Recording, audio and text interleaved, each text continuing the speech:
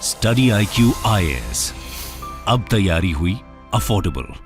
नमस्कार दोस्तों, क्या आपको याद है कि पिछले महीने पुतिन के द्वारा एक बड़ा डिसीजन लिया गया था कि जो न्यू स्टार्ट ट्रीटी है जिसके अंदर यूएस और रशिया को दोनों को एक दूसरे की जो न्यूक्लियर वेपन्स हैं उसके बारे में बताना होता है, उस ट्रीटी से पुतिन पीछे हट गए थे। और इसके बाद अब यह खबर आ रही है कि पुतिन के द्वारा मैसिव न्यूक्लियर ड्रिल लॉन्च किया गया। ये आप देख सकते हो, Putin launches nuclear drill एमिड warning over Bakhmut battle. तो इसको डिटेल से जानेंगे, प्लस साथ ही साथ यहां पर एक बहुत इंपॉर्टेंट खबर आई है रशिया के डेप्यूटी फॉरेन मिनिस्टर के द्वारा। उन्होंने बेसिकली साफ साफ बोल दिया है कि जो भी न्यूक्लियर वेपन्स का डिप्लॉयमेंट है रशिया के अंदर, उसके बारे में कोई भी जानकारी नहीं दी जाएगी रशिया के द्वारा। तो इसको ओवरऑल कॉन्टेक्स्ट में जानना जरूरी है। प्लस यहां पर बात की जा रही है कि इस न्यूक्लियर ड्रिल में जो यार्स इंटरकॉन्टिनेंटल बैलिस्टिक मिसाइल है वो क्या है वो भी मैं आपको बताऊंगा। चलिए आगे बढ़ते हैं, लेकिन उससे पहले ध्यान रखिएगा दोस्तों, आज और कल यहां पर एक बड़ा सेल है स्टडी IQ के जितने भी कोर्सेज हैं। अगर आप 2024 की प्रिपरेशन कर रहे हो तो ये वाला जो बैच है जिसके अंदर प्रीलिम्स से लेकर इंटरव्यू तक की पूरी तैयारी तो कराई जाएगी, लेकिन खास बात यह है कि अगर आपका प्रीलिम्स क्रैक होता है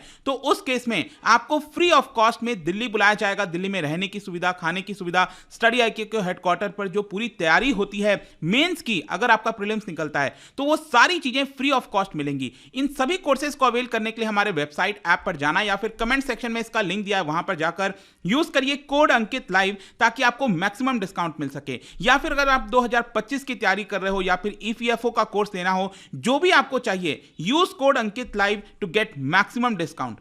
और साथ ही साथ अगर आपको MCQs अटेम्प्ट करना है तो मेरे इंस्टा पेज पर जा सकते हैं, वहां पर स्टोरीज में जितने भी MCQs हैं उसको आप अटेम्प्ट कर पाएंगे। चलिए शुरुआत करते हैं और सबसे पहले देखते हैं एग्जैक्टली हो क्या रहा है। देखिए, रशिया ने स्टार्ट किया है मिलिट्री एक्सरसाइज। आपको पता है किसी भी देश के अंदर मिलिट्री एक्सरसाइज क्या है ना, कि एक दो देश आपस में भी कर सकते हैं या फिर कई सारे देश मिलकर एक मिलिट्री एक्सरसाइज करते हैं ताकि अपने आप को प्रिपेयर कर सकें। अगर फ्यूचर में कोई वॉर होता है, उन सिनेरियोस को निपटने के लिए कहीं ना कहीं एक्सरसाइज कंडक्ट किया जा रहा है। लेकिन ये वाला जो एक्सरसाइज है वो ध्यान रखिएगा, वो रशिया के अंदर ही, रशिया खुद में यहां पर ये एक्सरसाइज कर रहा है और ये बेसिकली किया जा रहा है with the help of Yars intercontinental ballistic missile, जिसके बारे में मैं आपको डिटेल से बताऊंगा। लेकिन ध्यान रखिएगा ये इंटरकॉन्टिनेंटल है, मतलब इसकी रेंज आपको बहुत ज्यादा देखने को मिलेगी, जिसके बारे में हम चर्चा करेंगे। एक प्रकार से आप कह सकते हो कि जो रशिया है वो अपना न्यूक्लियर स्ट्रेंथ लगातार बढ़ाने की कोशिश कर रहा है, उसको दिखाने की कोशिश कर रहा है कि जो वेस्टर्न कंट्रीज हैं जिस तरीके से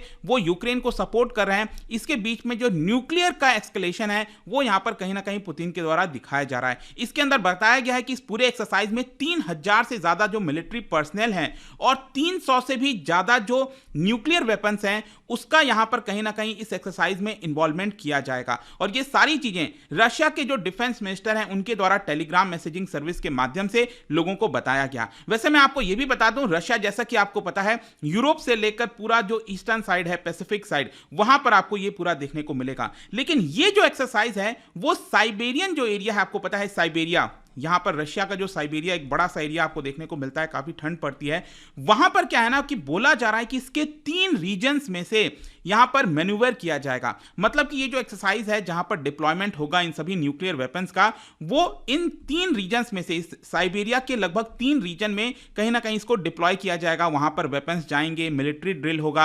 अब एग्जैक्टली कहां कहां पर होगा उसके बारे में कोई जानकारी यहां पर नहीं बताई गई है। अब क्वेश्चन यहां पर यह है कि ये यार्स इंटरकॉन्टिनेंटल बैलिस्टिक मिसाइल क्या है, ये जो आप देख रहे हो ना यहां पर, यही है बेसिकली। अब क्या है कि इसकी क्षमता कितनी है, इसकी रेंज कितनी है, क्योंकि ये इंटरकॉन्टिनेंटल है तो यहां पर इसकी क्षमता बताया जाता है कि 11,000 किलोमीटर से लेकर 12,000 किलोमीटर। मतलब कि यह क्षमता साफ साफ दिखाती है कि रशिया आसानी से इस मिसाइल को यूएस तक पहुंचा सकता है। और साथ ही साथ ये भी ध्यान रखिएगा कि ये जो यार्स इंटरकॉन्टिनेंटल बैलिस्टिक मिसाइल है, it can carry multiple independently targetable nuclear warheads. मतलब कि ये जो वेपन होता है ना, उसके अंदर कई सारे न्यूक्लियर वॉरहेड्स आपको देखने को मिल सकते हैं। उसको अगर जहां जहां पर भी न्यूक्लियर वेपन्स गिराना है वो आराम आराम से गिरा सकता है। And it can be mounted on a truck carrier, जैसे कि आप देख सकते हो ये ट्रक के ऊपर भी डिप्लॉय किया जा सकता है या फिर कहीं पर साइलोज में, मतलब कि कहीं पर अगर स्टैटिक पार्ट पर इसको डिप्लॉय करना है वहां पर भी ये डिप्लॉय किया जा सकता है। और बताया जा रहा है कि आज के डेट में रशिया का एक बैकबोन बन गया है, जो स्ट्रैटेजिक मिसाइल फोर्सेस होते हैं उसका ये एक प्रकार से बैकबोन बन गया है। इस यार्स के आने के पहले क्या था कि रशिया के पास जो मेन वेपन था न्यूक्लियर से रिलेटेड वो था टोपोल सिस्टम, लेकिन अब उसको रिप्लेस करके यार्स आ गया है और ये एक प्रकार से सबसे इंपॉर्टेंट पार्ट बन गया है आज के डेट में रशिया का। वैसे इस एक्सरसाइज के बारे में अगर हम फर्दर जानकारी दें तो ये आप देख सकते हो, इस तरह का जो फोटो है वो रशिया के डिफेंस मिनिस्ट्री के द्वारा रिलीज किया गया। जैसा कि आप देख सकते हो, ये जो यार्स इंटरकॉन्टिनेंटल बैलिस्टिक मिसाइल है उसको एक जगह से दूसरे जगह ले जाया जा रहा है। और जैसा कि मैंने आपको पहले ही बोला था, इस तरह के 300 से ज्यादा न्यूक्लियर वेपन्स उसका यहां पर डिप्लॉयमेंट किया जाएगा। 3000 ट्रूप्स इसके अंदर शामिल हैं साइबेरिया रीजन के अंदर। और साथ ही साथ यह भी बताया जा रहा है कि ये सारी चीजें इस तरह से की जा रही हैं ताकि जो फॉरेन इंटेलिजेंस एसेट होता है वो इसको पहचाना ना जा सके। मतलब कि रशिया में जहां जहां पर भी इसको डिप्लॉय किया जा रहा है साइबेरिया के अंदर, उसको उसके बारे में जानकारी, मतलब आजकल तो क्या है, सैटेलाइट वगैरह काफी अच्छे से चीजों को पता लगा सकते हैं, लेकिन इस एक्सरसाइज का मेन मकसद है कि कैसे सैटेलाइट को यहां पर हटाकर छुपाकर उसको अलग अलग जगह पर डिप्लॉय किया जाए, जो कैमोफ्लेज कहते हैं ना, अलग अलग माध्यम से इसको डिप्लॉय किया जाए। अब इसी से जुड़ी एक जो मेन जानकारी है, आपको यह भी पता होना चाहिए कि ये जो खबर आई है ना एक्सरसाइज की, इसके बारे में, इसके जस्ट कुछ दिन पहले ही अगर आपको याद हो, मैंने एक वीडियो भी बनाया था जहां पर रशिया ने साफ तौर पर कहा था कि वो बेलारूस के अंदर जो टैक्टिकल न्यूक्लियर वेपन्स होता है उसको डिप्लॉय करेगा। कहने का मतलब यह है कि टैक्टिकल न्यूक्लियर वेपन्स क्या होता है, ये एक इस प्रकार का वेपन होता है जो जैसे कि मान लीजिए एक प्रॉपर न्यूक्लियर वेपन हो गया, अगर जैसे हिरोशिमा नागासाकी में जो गिराया गया था उसका इंपैक्ट बहुत बड़ा होता है और कई दशकों तक उसका असर देखने को मिलता है। लेकिन टैक्टिकल न्यूक्लियर वेपन्स क्या है कि अगर एक पर्टिकुलर छोटे जगह पर अगर कोई चीज डिस्ट्रॉय करनी है, उसका इंपैक्ट कम करना है, तो उसी को हम कहते हैं टैक्टिकल न्यूक्लियर वेपन। तो रशिया ने अभी कुछ दिन पहले ही यहां पर अनाउंसमेंट किया था कि बेलारूस में, क्योंकि बेलारूस और रशिया काफी ज्यादा जो है आपस में क्लोज हैं, और इसी की वजह से क्या है कि यहां पर बेलारूस में इस टैक्टिकल न्यूक्लियर वेपन को डिप्लॉय किया जा रहा है। अब आपके मन में क्वेश्चन आ सकता है कि आखिरकार क्या जरूरत पड़ी है, रशिया ने ऐसा क्यों अनाउंस किया। इसका एक मेन रीजन मैं आपको बता दूं कि रशिया पिछले कुछ समय से लगातार यह बात कहता आ रहा है कि देखिए, अगर वेस्टर्न कंट्रीज यहां पर यूक्रेन को सपोर्ट करते जाएंगे तो हमें यहां पर जो न्यूक्लियर एस्केलेशन है उसको करना होगा। तो एक्चुअली यही हुआ। यहां पर क्या हुआ था कि सबसे पहले यूके ने, यूनाइटेड किंगडम ने यह अनाउंस कर दिया कि वो डिप्लीटेड यूरेनियम शेल्स देगा यूक्रेन को।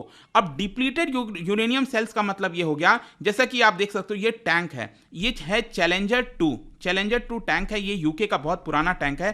तो ये टैंक बेसिकली यूके देने जा रहा है यूक्रेन को। और इस टैंक से जो शेल, जो गोलेबारी होती है, जो यहां पर वॉरहेड्स होते हैं इसके अंदर जो डिप्लॉय किए जाते हैं, उसके अंदर आपको मिलेगा डिप्लीटेड यूरेनियम शेल्स। वैसे मैं बता दूं, नाम इसका यूरेनियम है तो ऐसा लग सकता है कि बहुत ज़्यादा इसमें रेडियो एक्टिव की क्वांटिटी होगी, ऐसा नहीं है। बेसिकली क्या है ना, जब यूरेनियम का एनरिचमेंट किया जाता है तो उस प्रोसेस में जो वेस्ट होता है, जो बाई प्रोडक्ट होता है, उसी को कहते हैं डिप्लीटेड यूरेनियम शेल्स। लेकिन अगेन उसका भी इंपैक्ट ठीक ठाक हो सकता है। तो यहां पर क्या है कि उस डिप्लीटेड यूरेनियम जो शेल्स है वो यहां पर प्रोवाइड कर रहा है यूके यूक्रेन को। और इसी को देखते हुए यहां पर फाइनली रशिया ने भी अनाउंस कर दिया कि देखिए, अगर आप ऐसा कर रहे हो तो हम टैक्टिकल न्यूक्लियर वेपन्स जो हैं वो बेलारूस के अंदर यहां पर लगा रहे हैं। बट आई होप कि आपको चीजें समझ में आ रही होंगी कि किस तरीके से पिछले कुछ दिनों से न्यूक्लियर के बारे में इतनी ज्यादा चर्चा हो रही है, जिसके बारे में आपको डेफिनेटली पता होना चाहिए था। फिर इसी के साथ साथ यहां पर एक और चीज देख लीजिए, बोला जा रहा है कि जो ये पूरा एक्सरसाइज कंडक्ट किया जा रहा है रशिया के द्वारा साइबेरिया के अंदर,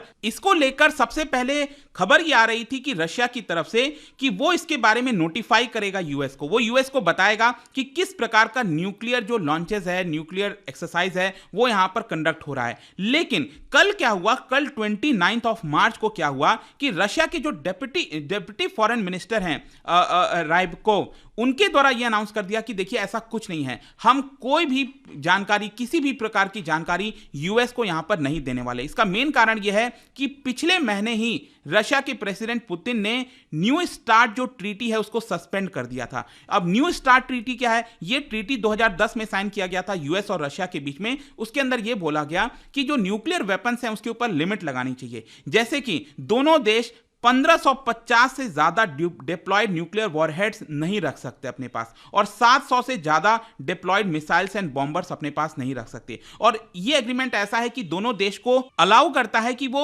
ऑन साइट इंस्पेक्शन कर सके, मतलब कि रशिया वाले यूएस में जाकर इंस्पेक्शन कर सकें और यूएस वाले यूएस में जाकर इंस्पेक्शन कर सकें। लेकिन पुतिन ने यह कहा कि देखिए, जिस प्रकार से नेटो के अलाइज और जो यूएस है, उन लोगों ने यहां पर जिस तरीके से रशिया के खिलाफ कदम लिया है यूक्रेन में, इसको देखते हुए ये न्यू स्टार्ट ट्रीटी को हम सस्पेंड कर रहे हैं। तो ये भी एक बहुत बड़ी खबर आई थी। आई होप कि आपको ये जो भी कुछ इस समय चल रहा है न्यूक्लियर ड्रिल को लेकर, इससे रिलेटेड जो भी जानकारी थी वो मैंने आपको यहां पर बता दिया। देखना होगा आगे क्या होता है। लेकिन जाने से पहले एक इंटरेस्टिंग क्वेश्चन, क्या आप बता सकते हो न्यूक्लियर रिएक्टर के अंदर कौन सा मॉडरेटर का इस्तेमाल किया जाता है? इसका राइट आंसर आप सबको पता है, मेरे इंस्टाग्राम पर तो मिलेगा ही, वहां पर अगर आप नहीं हो कोई बात नहीं, टेलीग्राम से भी ले सकते हैं इसका सही उत्तर। मैं कई सारे जो एमसीक्यूज हैं वो यहां पर स्टोरीज में डाला करता हूं। बाकी अगर आपको पीडीएफ चाहिए तो टेलीग्राम पर आइए, अलग अलग सोशल मीडिया पर आप जुड़ पाओगे। और जैसा मैंने बताया था, यूपीएससी की अगर आप तैयारी कर रहे हो, use code Ankit live to get maximum discount. And I hope कि वीडियो आपको पसंद आया होगा। मिलता हूं आपसे next time. Till then, thank you very much, see you soon.